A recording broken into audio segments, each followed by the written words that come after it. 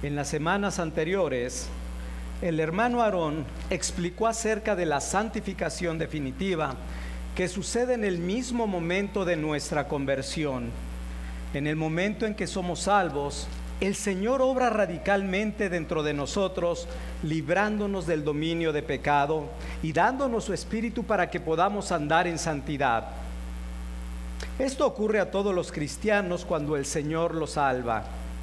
Es por ello que frecuentemente en el Nuevo Testamento se les llama a los cristianos santos, porque ya han sido definitivamente santificados y apartados para Dios.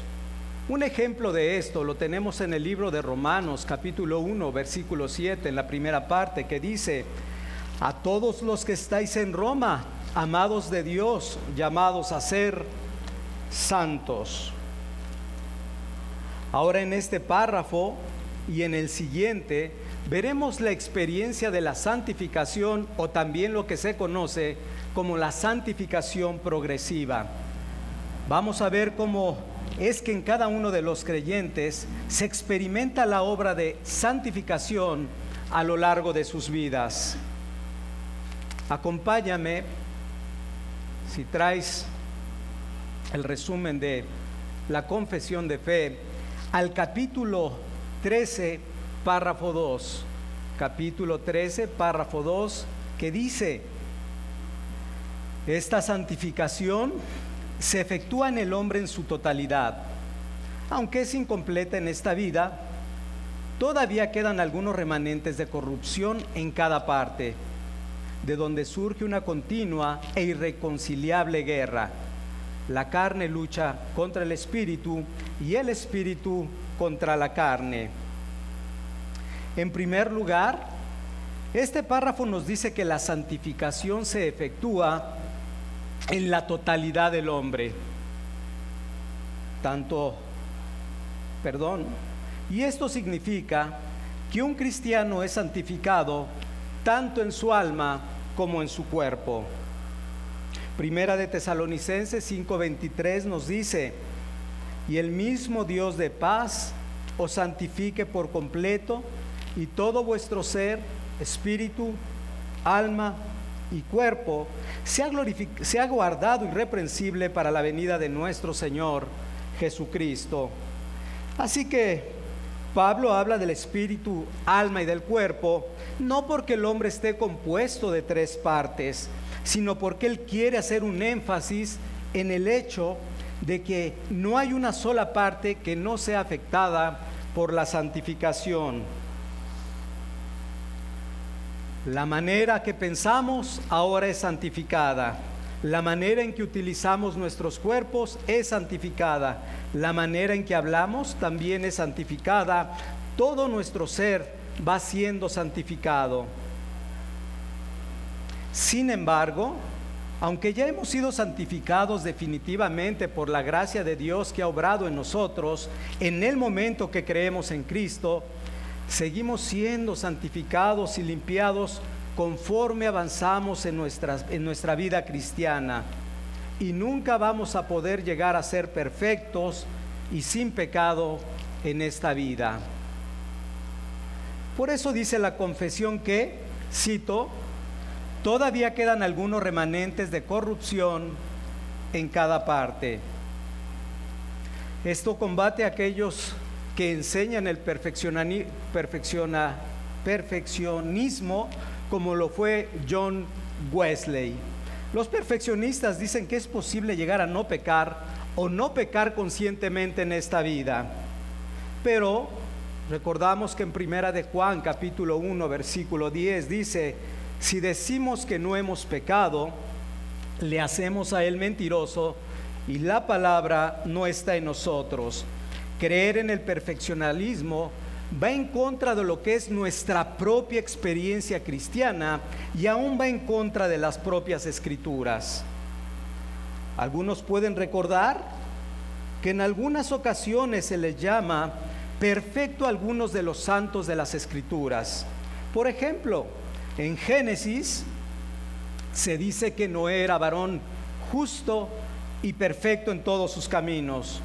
Pero en estos casos, la Biblia solo está comparando su integridad moral con la maldad de la sociedad que le rodeaba en ese momento. Además, todos los santos mencionados en las Escrituras tuvieron pecados y manchas en sus vidas. Solo por recordar al mismo Noé. Noé se había embriagado y había hecho actos sumamente vergonzosos. ¿Qué decir de Abraham?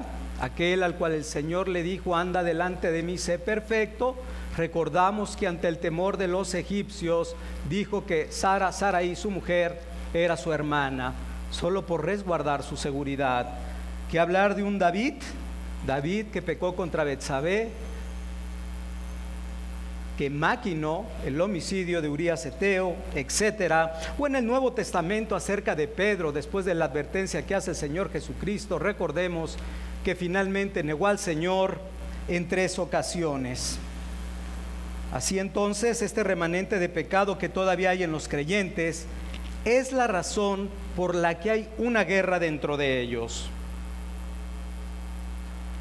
En el Nuevo Testamento, el apóstol Pablo usa la analogía de una guerra para hablar del conflicto interno que hay en los creyentes. Por ejemplo, en sus cartas a su discípulo amado, Timoteo, lo anima a seguir adelante en esta guerra espiritual diciéndole, primera de Timoteo, capítulo 1, versículo 18: este mandamiento, hijo Timoteo, te encargo para que conforme a las profecías que se hicieron antes en cuanto a ti, milites por ella la buena milicia. Más adelante le dice el apóstol Pablo nuevamente a Timoteo: pelea la buena batalla de la fe, echa mano de la vida eterna, a la cual asimismo fuiste llamado, habiendo hecho la buena profesión delante de muchos testigos. Más adelante recordamos que el apóstol Pablo, en la segunda carta a Timoteo, cuando él está próximo a morir, le vuelve a decir a Timoteo: he peleado la buena batalla, he terminado la carrera y he guardado la fe. Así que la vida cristiana, y particularmente la santificación, es una guerra continua de hoy hasta el día que estemos delante del Señor Jesucristo. El puritano William Gurnall lo dijo de la siguiente manera, cito sus palabras.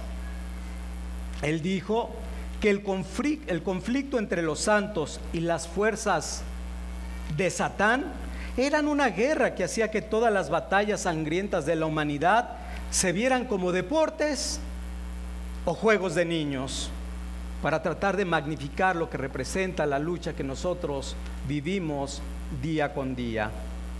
Y además de ser una guerra continua, nos dice nuestra confesión de fe que es una guerra irreconciliable. No hay momento en que podemos bajar la guardia o dar alguna tregua al pecado, por muy pequeño o insignificante que éste sea.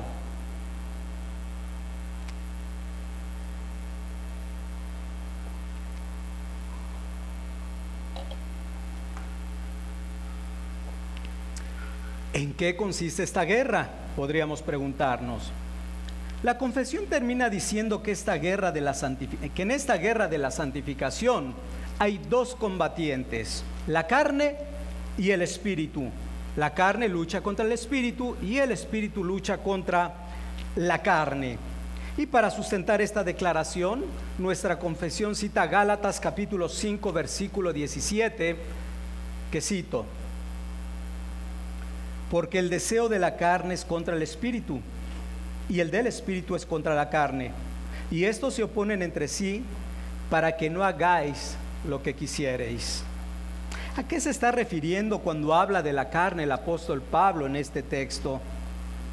En este contexto se refiere a la naturaleza humana que está dominada y todavía corrompida por causa del pecado. Pero como los cristianos ya no estamos en la carne, estamos en Cristo, ahora pertenecemos nosotros a su reino. No pertenecemos a este mundo corrompido y dominado por el pecado.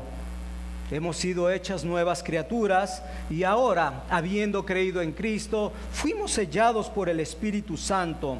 Ahora Él mora en nosotros y nos ha librado de la esclavitud del pecado. Sin embargo, seguimos viviendo en un mundo dominado por la carne y por el pecado. Y además todavía hay en nosotros vestigios del pecado contra los cuales debemos estar conscientes que debemos luchar. Y esto crea un conflicto en nuestro ser.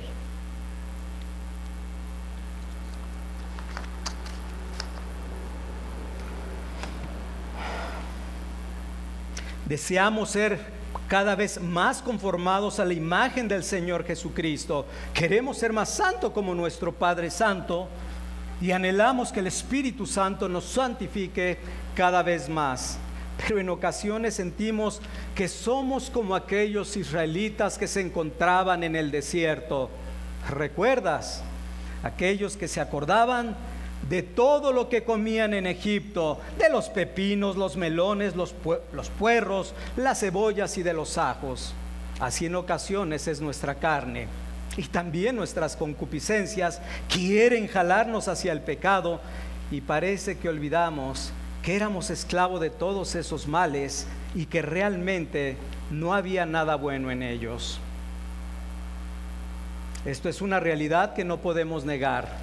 De hecho, si no existe esta lucha en ti, repito, si no existe esta lucha en ti, probablemente hay un problema en tu alma.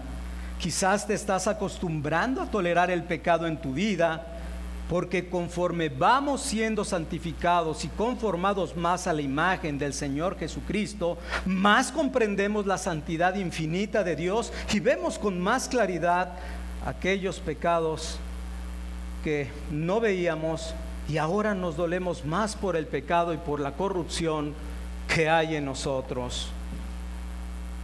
Aquellos hombres que presenciaron de cerca la santidad de Dios también tuvieron una revelación más clara de su propia pecaminosidad. Solamente por citar un ejemplo de ellos, recordamos al profeta Isaías, después de tener ese glorioso encuentro con el Señor, diciendo él: Santo, santo, santo. Por un lado pudo ver la gloria de Dios, pero por el otro lado dijo: soy hombre de labios inmundos. Pudo ver con más claridad su propia pecaminosidad. Así que todo creyente verdadero, sin excepción, se encuentra en esta guerra. Ahora bien, tampoco esto nos debe de llevar al otro extremo, el de aquellos que pecan continuamente y se justifican diciendo: hombre, todos los creyentes pecan. Esto es solo un autoengaño, porque el creyente, de acuerdo a primera de Juan, que lo insiste al menos en 2 ocasiones, todo aquel que es nacido de Dios, dice Juan, no practica el pecado, aunque sí tenga pecado en él. Con respecto a esto, dice el teólogo John Murray, interesantes las palabras que cita él. Dice: existe una diferencia radical entre el pecado que aún sobrevive y el pecado que reina, entre el regenerado que lucha contra el pecado y el no regenerado que lo tolera. Una cosa es que el pecado viva en nosotros, otra que nosotros vivamos en el pecado. Una cosa es que el enemigo ocupe la capital y otra que su ejército derrotado hostigue las guarniciones de su reino. Totalmente diferente. Así que luchamos contra el pecado y la carne, pero no vivimos en la carne. ¿Cómo entonces debemos enfrentar esta lucha? Y creo que es muy pertinente decir que los pasos que ahora vamos a mencionar fueron tomados en esencia del pastor y teólogo Sinclair Ferguson. Así que creo que es digno de que pongamos más atención. ¿Cómo entonces podemos enfrentar esta lucha? Primero, reconociendo que existe esta lucha dentro de nosotros. De esta manera podemos estar más alertas, más vigilantes, y si tú recuerdas, es uno de los aspectos o requisitos que dice Primera de Timoteo con respecto a ser sobrio, vigilante, estar alerta, vivir en el Espíritu. Solo si estamos preparados para la batalla, entonces vamos a poder hacer frente a la tentación velando y orando. Y aquí recordemos, velando y orando, las mismas palabras que hemos citado del Señor Jesucristo. Después de que se queda dormido, Pedro lo exhorta diciéndole: así que no habéis podido velar conmigo una hora. Después le dice: velad y orad para que no entréis en tentación. Estoy consciente, estoy orando, estoy velando y estoy mortificando el pecado. Segundo lugar, debemos recordar quiénes somos. Hoy en día en Cristo Jesús somos nuevas criaturas. Hemos sido transformados por la gracia y el poder de Dios. Hemos muerto al mundo y ahora vivimos para Dios. Hemos resucitado juntamente con Cristo. Y algo que pudimos estudiar en el libro de Efesios capítulo 1, recordemos, el mismo poder que actuó en Cristo para resucitarlo de los muertos, el mismo poder que obró en Cristo para resucitarlo de los muertos, es el mismo poder que actúa en nosotros. Así que Él nos va a ayudar a vencer los deseos de nuestra carne. Punto 2. Tercer lugar, si reconocemos que por gracia hemos recibido toda bendición espiritual en los lugares celestiales en Cristo, hagamos uso de esas bendiciones espirituales. Hagamos uso de la armadura de Dios, la armadura que Dios, con la que Dios vistió a Cristo y con la cual Cristo resultó victorioso. Vístete del Señor Jesucristo, usa la espada de la palabra, afirma tus pies con el apresto del Evangelio, viste con la coraza de justicia y del yelmo de la salvación. Nunca despegues de ti la verdad, persevera en oración, dependiendo siempre del Espíritu Santo, y que el Espíritu de Dios es el único que nos puede llevar a ser cada día más santos. En cuarto lugar, evita aquello que pueda manchar tu conciencia. Evita aquello que pueda manchar tu conciencia. Y este es un punto muy importante. Para eso, tal como lo dice el doctor, el pastor, el teólogo Ferguson, debemos aprender a conocer a nosotros mismos y cuáles son nuestras propias concupiscencias, para poder estar apercibido de todo aquello que pueda manchar nuestra conciencia. Para esto entonces debemos de vivir en el temor del Señor, como dice el apóstol Pedro: amados, yo os ruego como a extranjeros y peregrinos que os abstengáis de los deseos carnales que batallan contra el alma. Pedro dice: abstente de esos deseos, no por fuerza, sino sabiendo porque eres extranjero y peregrino, y que tu patria ya es ahora celestial, como dice Hebreos capítulo 11. En quinto lugar, en tu lucha contra el pecado, no olvides también cultivar las virtudes cristianas. No olvides cultivar las virtudes cristianas y el fruto del Espíritu. Revísalo. Gálatas capítulo 5, versículo 22. Habla acerca de el fruto del Espíritu, que es amor, gozo, paz, paciencia, benignidad, bondad, fe, mansedumbre y templanza. Tenemos que seguir cultivando el Espíritu de Dios en nuestros corazones. De aquí entonces vamos a mortificar el pecado y al mismo tiempo debemos buscar ser conformados a la imagen de nuestro Señor Jesucristo. Finalmente, podemos decir que en esta vida vamos a seguir teniendo toda clase de batallas. Cada día necesitamos de la gracia de Dios. Juan capítulo 15 dice el Señor que separado de Él nada podemos hacer. Y cada día necesitamos estar meditando en Cristo. Recordemos también que cuando Cristo nació, el ángel dijo que se iba a llamar Jesús. Jesús porque Él salvaría a su pueblo de sus pecados. Jesús ya nos ha salvado del dominio del pecado. Y en Jesús podemos encontrar la gracia para poder seguir siendo santificados y limpiados de todos nuestros pecados. A veces como cristianos podemos ver a otros que parece que realmente no tienen luchas. Podemos ver que algunos pareciera que no tienen este tipo de conflictos. Y te puede venir en un momento dado el desánimo al ver que tú continúas en tu propia batalla. Y hago una aclaración: continúas en tu batalla. No hablo de práctica de pecado. El que practica pecado, dice Primera de Juan, es del diablo. Pero el mismo hecho de que estás luchando contra el pecado nos muestra que Dios realmente está obrando en ti. Dijo Spurgeon, y estas palabras son interesantes, que los hombres muertos no pueden sufrir los cambios de clima. Y las pinturas y las estatuas, dice Spurgeon, no saben nada de los dolores y las penas de los que están vivos. Termina diciendo él: qué lástima de aquellos que nunca tienen conflictos en su alma. Y bendice al Señor que no te ha dejado en su jactanciosa paz. Tremendas palabras del hermano. Si alguien aquí sigue viviendo en la práctica de pecado, debe de examinarse y arrepentirse de sus pecados. Porque entonces lo que tú necesitas es el poder del Evangelio, el poder de Dios que obra en ti, para que puedas ser rescatado de la esclavitud de tu pecado.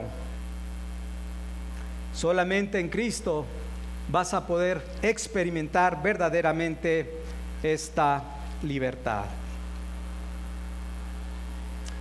En unos minutos continuamos.